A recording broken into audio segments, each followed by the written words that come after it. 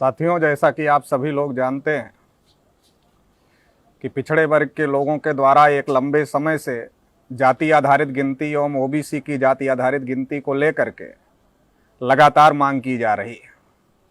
2010 से इस मुद्दे को भारत मुक्ति मोर्चा ने बड़े पैमाने पर उठाया था और उसके बाद 2010 में और 2011 में संसद में भी इसको लेकर के बहुत बड़ी लड़ाई हुई थी और जिस लड़ाई की वजह से केंद्र सरकार को इस बात को स्वीकार करना पड़ा था कि हम जाति आधारित जनगणना कराएंगे। मगर जाति आधारित जनगणना के नाम पर उन्होंने भारत सरकार के ग्रामीण विकास मंत्रालय के माध्यम से सर्वे कराया और उसकी रिपोर्ट भी आज तक पब्लिश नहीं हुई। उसके बाद से लगातार ये मांग और मजबूती के साथ आगे बढ़ रही है और 2019 चुनाव के पहले राजनाथ सिंह, जो उस समय होम मिनिस्टर थे, उन्होंने भी आश्वासन दिया था कि हम ओबीसी की गिनती और जाति आधारित गिनती 2021 में जो जनगणना होगी उसमें करवाएंगे। लेकिन दोबारा बीजेपी की सरकार बनी, दोबारा से नरेंद्र मोदी प्रधानमंत्री बने। वैसे पिछड़े वर्ग का वोट लेने के लिए नरेंद्र मोदी जी हमेशा डंका पीटते रहते हैं कि मैं पिछड़े वर्ग का हूं, मैं नीच जाति का हूं। ये डंका पीटते रहते हैं और पिछड़े वर्ग का वोट ले करके सरकारें भी बनाते रहते हैं। लेकिन अभी जब फिर 2021 में जाति आधारित जनगणना का मुद्दा आया तो इसको लेकर बड़ा सस्पेंस बना हुआ था कि केंद्र सरकार ओबीसी की गिनती कराएगी या नहीं कराएगी। इस बात को लेकर के बहुत बड़े पैमाने पर सस्पेंस था। कई राज्यों के मुख्यमंत्री भी इस बात को लेकर के सहमत हैं और बिहार के जो मुख्यमंत्री हैं नीतीश कुमार, उनके साथ जो नेता प्रतिपक्ष हैं तेजस्वी यादव, वो भी प्रधानमंत्री को मिले और प्रधानमंत्री को कहा कि जाति आधारित गिनती होनी चाहिए। इसी प्रकार से पूरे देश के तमाम पिछड़े वर्ग के नेताओं ने भी इस बात को स्वीकार किया और इस बात की मांग किया कि देश में जाति आधारित गिनती एवं ओबीसी की जाति आधारित गिनती होनी चाहिए, जो कि आजाद भारत में आजादी के 74 सालों में नहीं हुई, जिसकी वजह से पिछड़े वर्ग के लोगों के विकास के लिए जो योजनाएं बननी चाहिए थी वो योजनाएं नहीं बन पा रही। ये जो तमाम प्रकार के सस्पेंस बने हुए थे, इस सस्पेंस पे विराम लग गया उस समय जब एक केस महाराष्ट्र सरकार के द्वारा जाति आधारित गिनती के मुद्दे को लेकर सुप्रीम कोर्ट में डाली गई थी और उस केस में भारत सरकार की तरफ से जो जवाब लगाया गया, जो एफिडेविट लगाया गया, उसमें केंद्र सरकार ने कई मजबूरियां गिनाते हुए ओबीसी की गिनती और जाति आधारित गिनती करने से मना कर दिया। केंद्र सरकार ने कहा कि ये जो जाति आधारित गिनती है, ओबीसी की गिनती है, इससे हम नहीं करा सकते क्योंकि इसको कराने में कई प्रकार की समस्याएं हैं, कई प्रकार की कठिनाई है। उन्होंने एक बात कही कि हमारे पास मैन पावर का अभाव है। लेकिन एक बड़ी बात सुप्रीम कोर्ट ने केंद्र सरकार को पूछा था कि जब 1931 की जनगणना के आधार पर, जब अंग्रेज थे गुलाम भारत में, अंग्रेज जाति आधारित गिनती कराते थे, उस समय टेक्नोलॉजी भी नहीं थी, फिर भी अंग्रेजों ने जाति आधारित गिनती कराने का काम किया था। आज तो बहुत सारा टेक्नोलॉजी का जमाना है, तो आज जाति आधारित आंकड़े क्यों नहीं कलेक्ट किए जा सकते। लेकिन सरकार ने केवल मैन पावर का हवाला दिया और ये मैन पावर का हवाला देकर के इस बात को इनकार किया कि हम जाति आधारित गिनती नहीं कराएंगे।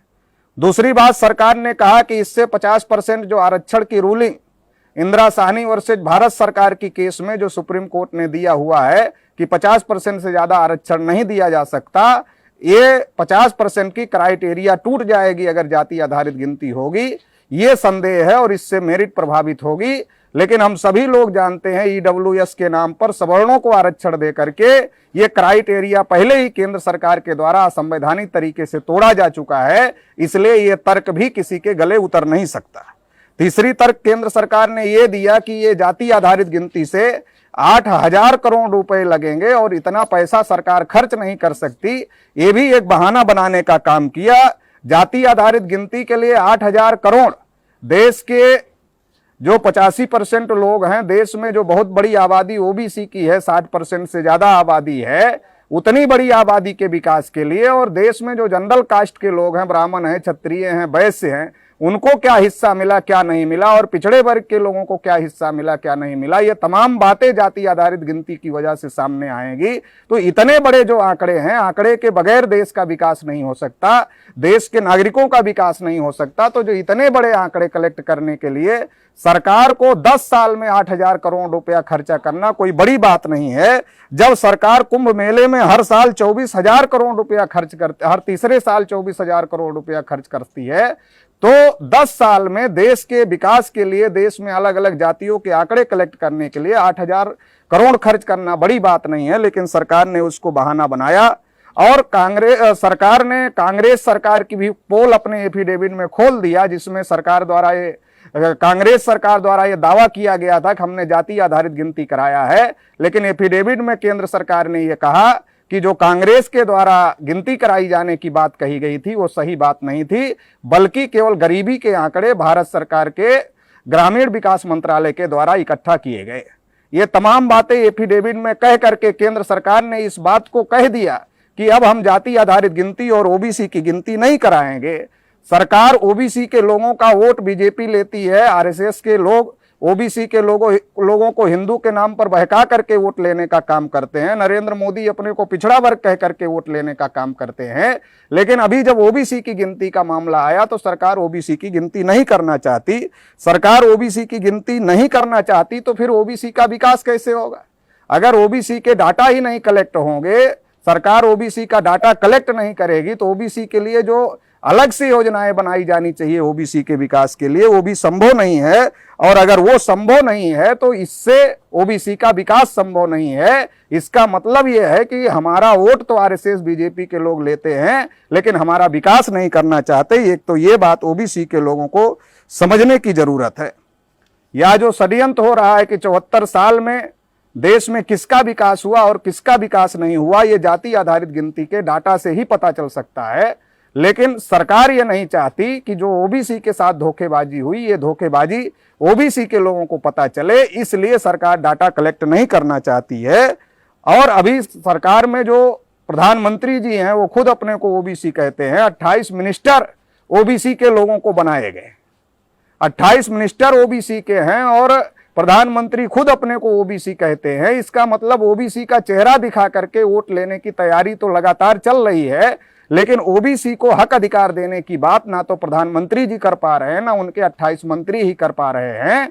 इसका मतलब यह है कि इनको फैसले लेने का अधिकार नहीं है, बल्कि फैसले लेने का अधिकार केवल आरएसएस के लोगों के पास में है। और इनको मुखौटा बना करके, इनका चेहरा दिखा करके पिछड़े वर्ग के लोगों का वोट लूटा जा रहा है। इसलिए देश में जो ओबीसी के लोग रहते हैं, उन ओबीसी के लोगों को इस बात को समझने की जरूरत है, क्योंकि देश में ओबीसी की आबादी 60% है। आरएसएस और बीजेपी के द्वारा जो सरकार बनी हुई है, या देश में अभी तक जितनी सरकारें बनी हुई हैं, वो ओबीसी के वोट के बगैर, सपोर्ट के बगैर नहीं बन सकती। अगर हमारी संख्या 60% है तो सरकार को डर लगना चाहिए कि अगर हम जाति आधारित गिनती नहीं करते, ओबीसी की गिनती नहीं करते, तो ओबीसी हमारे विरोध में चला जाएगा और हमको चुनाव हरा देगा। लेकिन सरकार को डर नहीं लग रहा है, तो ओबीसी के लोगों की गिनती नहीं कर रही है सरकार को डर नहीं लग रहा है।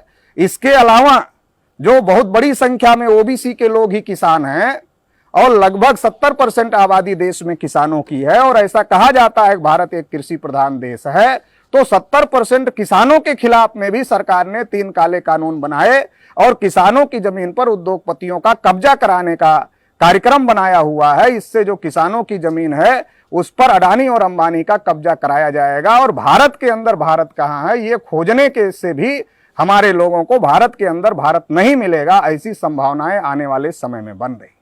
तो जो इतनी बड़ी साजिश हो रही है ओबीसी के लोगों के साथ में, किसानों के साथ में, शेड्यूल कास्ट का कोटा नहीं पूरा किया गया, उनके ऊपर एट्रोसिटीज हो रही है, माइनॉरिटीज को उनके अधिकारों से वंचित किया जा रहा है। तो देश की जो बड़ी आबादी है जिनके ऊपर अधिकार वंचित किया जा रहा है जिनको, और सरकार को डर नहीं लग रहा इतनी बड़ी आबादी को अधिकार वंचित करने का, उसका कारण क्या है?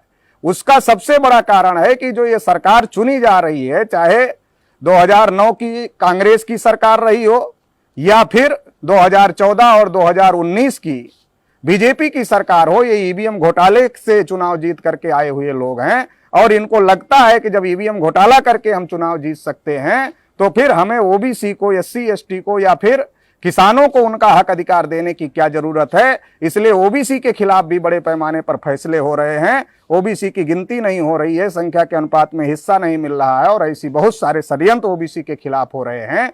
इसी प्रकार से किसानों की जमीन छीनने का षड्यंत्र हो रहा है। ये सारा खेला ईवीएम की वजह से हो रहा है। इसलिए राष्ट्रीय पिछड़ा वर्ग मोर्चा ने तय किया है कि सरकार की जो ये पिछड़े वर्गों की दमनकारी नीति है पिछड़े वर्गों के लिए, इसके खिलाफ में आंदोलन करने की जरूरत है। इसलिए राष्ट्रीय पिछड़ा वर्ग मोर्चा ने कई चरणों में चरणबद्ध आंदोलन 3 मुद्दों को लेकर के घोषित किया है। एक तो ओबीसी की गिनती और जाति आधारित गिनती होनी चाहिए। दूसरा मुद्दा है किसानों के खिलाफ जो 3 काले कानून लाए गए हैं पार्लियामेंट से, उन 3 काले कानूनों को वापस लिया जाए। और तीसरा मुद्दा है कि ईवीएम में जो घोटाला करके सरकारें बनाई जा रही हैं, जो ईवीएम से चुनाव हो रहा है, तो ईवीएम से चुनाव बंद कराया जाए और बैलेट पेपर से चुनाव कराया जाए, या फिर पेपर ट्रेल से जो पर्चियां निकल रही हैं उनका 100% मिलान कराया जाए। इन 3 मुद्दों को लेकर के चरणबद्ध आंदोलन राष्ट्रीय पिछड़ा वर्ग मोर्चा के द्वारा घोषित किया गया है, जिसमें पहला चरण 15 अक्टूबर 2021 को होगा।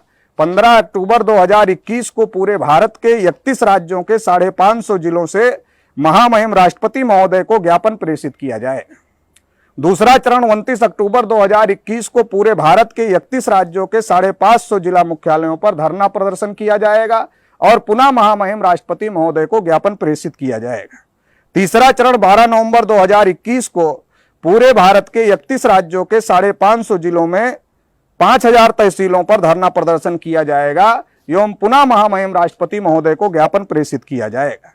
चौथे चरण में 25 नवंबर 2021 को पूरे भारत के 31 राज्यों के 550 जिलों के 5000 तहसीलों में रैली प्रदर्शन किया जाएगा और रैली प्रदर्शन के बाद में जेल भरो आंदोलन भी किया जाएगा और गिरफ्तारियां दी जाएंगी। और 5वें चरण में 10 दिसंबर 2021 को भारत को बंद किया जाएगा, क्योंकि अब जब सरकार पिछड़े वर्ग के हित के मुद्दे नहीं लागू कर रही है, पिछड़े वर्ग की आवाज नहीं सुन रही है और किसानों की आवाज नहीं सुन रही है और तमाम जो SC ST और माइनॉरिटीज के हक अधिकार हैं उनको भी खत्म करने का काम कर रही है, संविधान के विरोध में और देश के विरोध में काम कर रही है सरकार, तो इसलिए अब हमारे सामने आंदोलन के अलावा और भारत बंद के अलावा कोई विकल्प नहीं है। इसलिए राष्ट्रीय पिछड़ा वर्ग मोर्चा ने यह आंदोलन घोषित किया है। इसलिए हम देश भर के सभी राष्ट्रीय पिछड़ा वर्ग मोर्चा के कार्यकर्ताओं को, पदाधिकारियों को, शुभचिंतकों को और SC ST OBC माइनॉरिटीज के तमाम संगठन चलाने वाले लोगों को, उनके कार्यकर्ताओं को, पदाधिकारियों को, शुभचिंतकों को, जिनकी संविधान में आस्था है, जिनकी इस बात में आस्था है कि देश में सबके साथ न्याय होना चाहिए और सबके हक अधिकार की लड़ाई होनी चाहिए, इस देश में जिसकी जितनी संख्या है उसको उतना हिस्सा मिलना चाहिए, इस बात में जो विश्वास रखने वाले लोग हैं उन सभी लोगों को एकजुट हो करके इस आंदोलन को सफल बनाने की जरूरत है। और 10 दिसंबर को जो हम लोग भारत बंद कर रहे हैं, उस भारत बंद को भी बड़े पैमाने पर सफल करने की जरूरत है। आप लोग मिलजुल करके इस आंदोलन को सफल करेंगे, इसके लिए आप सभी लोगों से अपेक्षा है। आभार, धन्यवाद।